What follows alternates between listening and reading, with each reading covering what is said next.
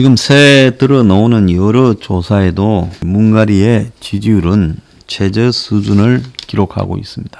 정권이 백신 문제 등에 어지간히 바람을 잡고 또 사명 카드를 던지고 영수회담 카드를 던지고 별별 수를 다 쓰고 있어도 지금 국민의 지지가 매우 싸늘하게 식어가고 있다.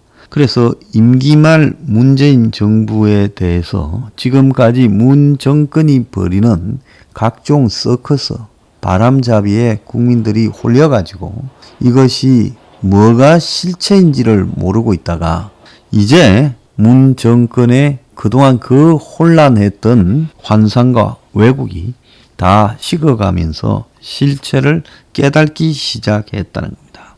경제에서도 지금 이건 내일신문, 좌파신문이 물은 거예요. 잘할 거라보다는 잘못할 거다가 높고 일자리도 훨씬 높고 더블 스코어입니다. 남북관계도 훨씬 높습니다. 외교관계만 잘할 거다가 조금 1, 2% 많다는데 이건 뭐 국민들이 제대로 모르니까 그런 거죠.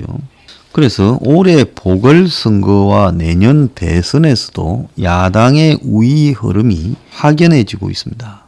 보궐선거에서 여당이 당선돼야 된다 32.8, 야당이 당선돼야 된다가 54.6입니다. 이거는 야당 지지층이나 보수 지지층의 거의 더블 스코어적인 수치죠. 그러니까 야당 지지층이 아닌 사람, 야당도 꼴보기 싫다라는 사람도 표현은 야당이 이겨야 된다고 하는 거고, 대선에서는 여당이 돼야 된다가 36.4, 야당이 돼야 된다가 47.8입니다. 이것도 내일신문에서 나온 결론입니다. 자, 이낙연이 사면 이야기를 꺼냈다가 일부 당원이나 또 민주당, 더불어거수기당 내부에 강경 세력들이 항의하기 시작하면서 일단 후퇴로 물러났습니다. 근데 더불어민주당의 강경파라는 것은 문하고 자기가 무슨 특별한 관계를 가지고 있고 문이 자기를 아무것도 아닌데 국회의원 만들어줬다라는 개인적인 충성에 불과하죠. 역사에서 이런 개인적인 관계의 이해 때문에 충성을 바친 일이 역사적으로 의미있게 된 일은 하나도 없습니다. 과거 일본에서도 막부 시대, 사무라이 시대가 끝나는데 이제 사무라이들을 갖다가 에도 이 메이지 천황과의 싸움에 나서라고 했다가 기관총 앞에 다 죽었죠. 사무라이들이요. 그러니까 무모한 짓거리다라는 겁니다. 그때 사무라이들이 자신이 모시던 번주들한테 바쳤던 충성이나 영주한테 바쳤던 충성이 그게 무슨 사회적 의미가 있겠습니까?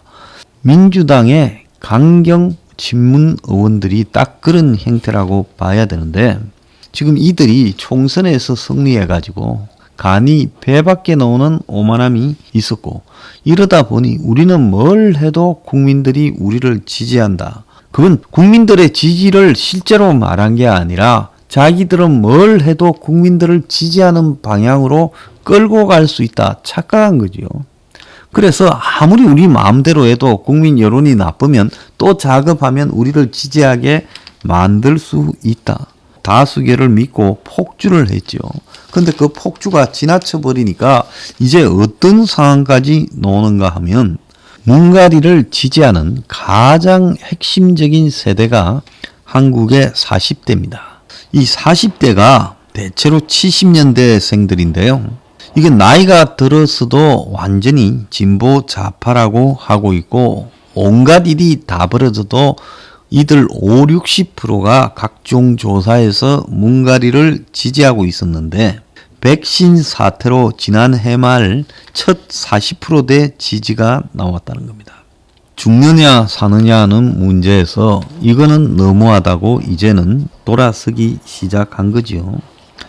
그래서 이들이 주로 노동조합의 보호를 받는 세대 40대가 정규직이 363만 명으로 가장 세대 중에 많다는 거예요. 문 정권에서 100만을 넘긴 민노총, 한국노총 등의 노조 보호를 받고 주 52시간 근무 수혜자고 그리고 이들은 문가리의 주식이나 부동산 폭등 정책도 마음에 들었을 거라고 봅니다. 그리고 돈도 제일 안정적이라고 생각을 해왔겠지요. 그런데 이제 이 40대도 40대 후반부터 불황의 폭풍이 불어서 2019년에 전 연령대에서 실직을 가장 많이 했다는 거예요. 취업자가 13만 명이나 40대에서 줄었고 지난 2020년에는 14만 명이나 더 줄었다는 거예요. 그래서 문가리가 오죽했으면 40대의 고용 부진이 매우 아프다 했겠습니까? 40대의 실직은 치명적이지요. 애들은 아직 한참 고등학교 지금 다니고 대학 가려고 할 때고 돈이 제일 많이 들어가고 집을 산다고 빌린 돈도 갚아야 되고 노후도 대비해 가야 되는데 경제 활동이 가장 왕성한 시기에 인생 절벽을 맞아. 그러면 묵고 살기 힘들면 문가리를 욕해야 되는데 욕은 하지 않고 5, 60%의 지지를 보내줬다는 거예요. 어떤 일이 벌어져도 문이 어떤 정치적 난리를 쳐도 이들은 문을 지지했는데 20대가 제일 먼저 떠나고 30대가 떠났는데도 40대가 완전히 똘똘 뭉쳐서 문을 지지했는데 지난해 막판에 이들이 지지가 45.4%까지 떨어졌다는 겁니다. 지금 나오고 있는 이야기는 당의 에너지라는 문파 대깨문들이 이제는 더불어 거수기당의 족쇄로 작용하고 있다. 보궐선거 자기 대선을 앞두고 있는 거수기당이 중도로 지금 가서 외연을 확장해야 되죠. 지금 더불어 거수기당도 가만히 보면 지지율이 이제 20% 후반으로 밀려가고 있어요. 그러니까 지금 어떤 일이 있어도 문의 지금 실질적인 지지율로 보이는 20% 후반, 30% 사이에 왔다 갔다 하고 있다는 겁니다. 일부 보수는 문이 10%대 지지다 이런 식으로 말을 하고 있지만 이 항상 현실은 과학적으로 봐야 되는데 여성들과 이 40대 지지가 있기 때문에 호남의 지지가 아직 철회되지 않고 있기 때문에 문이 20% 후반대의 지지를 유지하고 있다는 것도 사실상 인정해야 모든 사안을 제대로 보는 그 시각이 열릴 거라고 봅니다. 강성 지지자들은 적폐청산에 지금 몰두하고 아직도 이명박 박근혜를 풀어주면 안 된다, 철저하게 사과시켜야 된다 하지만은 당 내부에서는 이들의 극렬한 질문 행태가 당내 민주주의를 진식시킨다. 이런 비판이 이제 소리가 설설 나오고 있습니다. 그나마 좀 합리적이다 하는 사람은 저당을 차례대로 떠나고 뭔 일만 생기면 우리가 이리 가면 안 된다라고 말하는 양심적인 사람들만 나오면 다 일어나서 돌팔매짓 하듯 겁을 주고 공포정치를 홍위병처럼 하고 있어요. 전 당이 아니다는 거죠. 문이 홍위병을 풀어서 그리고 친위대를 풀어서 당을 통제하고 있다라고 봐야 되는 겁니다. 어제 이 김명수 대법원장 아주 진여권 인물이죠. 근데 이 사람이 최근에 정경심 판사 그리고 또 윤석열 판사 등에 대해 판사 탄핵을 주장하는 입장에 대해 재판의 독립 침해에 단호히 대처하겠다. 정당한 비판을 넘어 법관 공격에 우려한다. 그러면서 사법부의 통렬한 반성과 성찰도 언급했습니다. 자, 이 말은 뭐냐? 이제 발 빼겠다는 이야기예요. 최근에 고참 판사 11명이 옷을 벗기로 했다. 승진할 가능성이 대법원으로 거의 없기 때문에 옷을 벗고 나가겠다는 거예요. 왜?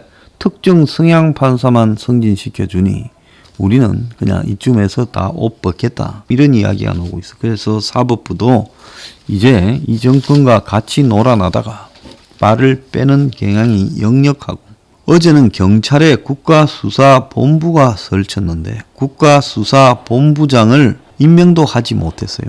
지휘부가 공백인 상황에서 지금 국가수사본부만 띄우고 또 지방경찰청도 지방이라는 말을 빼고 서울경찰청 이런 식으로 이름을 바꿨다는 겁니다. 그래서 경찰 조직도 이 정권이 자기들이 이용 좀 해보려고 무슨 수사경찰 그리고 또 국가경찰, 지방경찰 나눠서 지금 난리를 치다가 대혼선이 벌어지고 있습니다.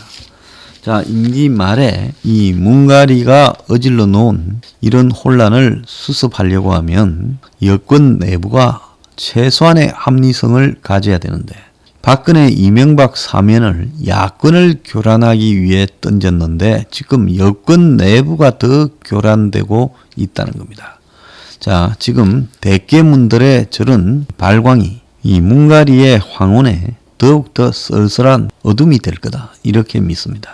자, 이 정권 이제는 끝이 보이고 있다, 이렇게 봐야 될 것 같습니다.